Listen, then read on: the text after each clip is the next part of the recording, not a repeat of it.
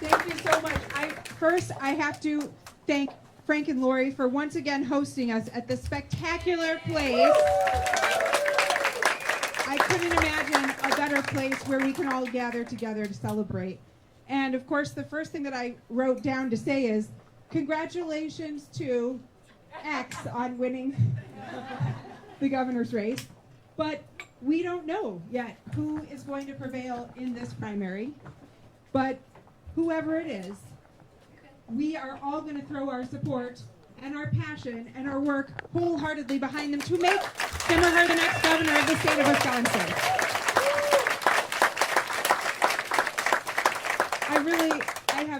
I have to thank every single person here, all of you wonderful supporters, and those all around the state. You don't really do anything in life alone, but definitely not in politics. It's a huge undertaking to travel the state, especially for a year.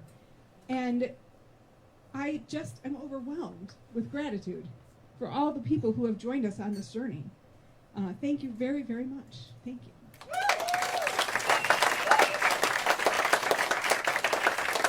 I want to thank, first of all, the voters. Every single voter in the state who participated in this Democratic primary, whether you voted for me or not, whether you voted for a candidate that dropped out or not, this is definitely a participatory sport, and we do need all of our voices heard in every single election. I really want to thank those of you who donated to my campaign. It is not easy to run statewide if you're not taking corporate PAC money. It is not easy to run when you're going up against about $8 million in outside spending. But I am very, very proud of the incredible financial stewardship that you all made possible so that we could get our message out to the best of our ability, even in those really tough circumstances. Thank you for that. We also had over 500 volunteers around the state that were actively involved in doing things every week, sometimes every day. We've had 29 interns on this campaign. Yes, doing amazing work, and some of them are here, so please, amazing interns, raise your hand so that everyone can give you a shout out. And then find me, because I will buy you a drink, or as many as you would like, that is safe, because you've earned it. I really want to thank my amazing Capitol staff who are here, Carla and Emily, who held down the fort, and my amazing ride or die Chief of Staff, George Gillis, who has forgotten more about politics than I will ever know, and of course, my amazing campaign staff that have helped us on this journey, Jasper and Kevin and Jalen and Matthew and Maddie. Thank you so, so much. I will also buy you drinks. And I have to thank my family. And I'm going to start with my book club, because they really are my family. And I'm not going to tell you the name of our book club, because that would be a scandal. And we have run a scandal-free campaign. But my absolute number one VIPAC advice for anyone, unsolicited, is get yourself a book club. Because they are the ones who are going to make your life rich. Thank you. And thanks for letting me come, even though I didn't read any of the books this year. I will remedy that, I promise. I want to thank my sisters. I am the eldest daughter. I'm the oldest of 4 girls, and my sisters are just amazing.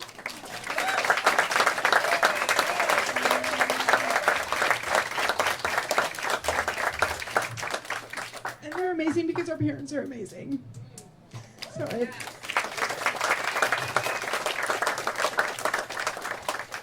and 4 of them are here tonight. But if I say their names, I will not be able to stop crying. So forgive me. But they know who they are.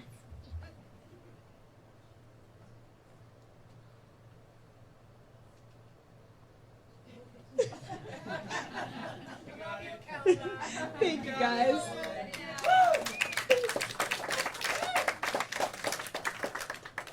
These kids, and the 2 that are grown, are the funniest, most amazing, patient, incredible people in the world.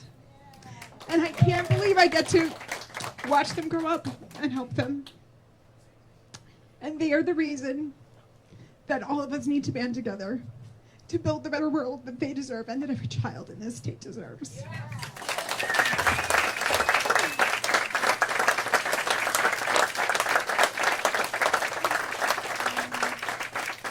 The worst job on a campaign is not actually the campaign manager, and it's not the finance staffer, although that is a close second, Maddie, being in the call time room for 40 hours a week. It's actually not even the candidate. The worst job is being the candidate's spouse. And I have the best, worst job holder in the whole world. Damn rude.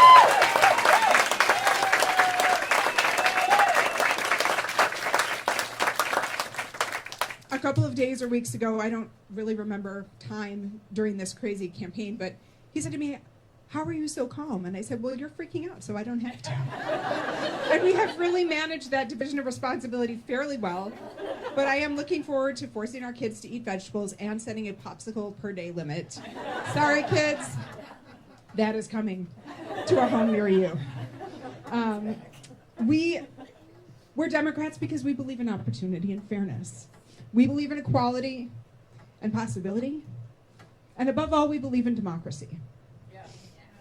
And throughout this campaign, I have done my best to share a bold vision for a government that works for all of us, that fights for workers, that uses the tools of democracy to build a more just world. A world with higher wages and lower costs, and a world that protects our rights and freedoms. And working together, we have actually made incredible progress in this state over the last 15 years, putting ourselves in this position where we have flipped the Supreme Court, we have ended the egregious gerrymander that Republicans put in place to keep power unfairly and silence voters. And now, because of the generational work of so many people in this room and around the state, we are now on the verge of a potentially transformative era in our state. And we are going to continue that work to unite our pro-democracy coalition, whoever is going to be leading that, and to reject Tom Tiffany and Donald Trump and their vision of a corrupt and lawless authoritarian regime that only serves billionaires and big corporations. We will reject that right here in Wisconsin. And something that I have learned as I have been doing this work as an activist and legislator and an advocate is that every single election, win or lose, the work isn't over. You know, you never really fully win and you never really fully lose because our work has to continue. Whether we're holding accountable the elected officials that we are cheering on to make sure that they're actually delivering more affordable health care or the best public schools for our students, or whether we're fighting like hell to make sure that the right candidates get elected and that people's right to vote is preserved. And that's a very serious fight that we're in right now. But above all, we are in this to make sure that we can save our democracy nationally and do our part in Wisconsin to build the more progressive future that all of us deserve. Democracy is always worth fighting for. And we are in the fight of our lives for this democracy and for our children's future. And speaking of our children, I remembered that I also need to thank WIAC. Every teacher in this state, thank you for standing with me, and thank you for standing with our children every single day, every day. Over the next 84 days, and for as long as I am able, I will be in this fight alongside all of you. I know that we can do it. We will defeat Tom Tiffany. We will flip the state Senate and the state assembly blue, and we will continue that work until we build that more just and beautiful world together. Thank you so, so much. Thank you.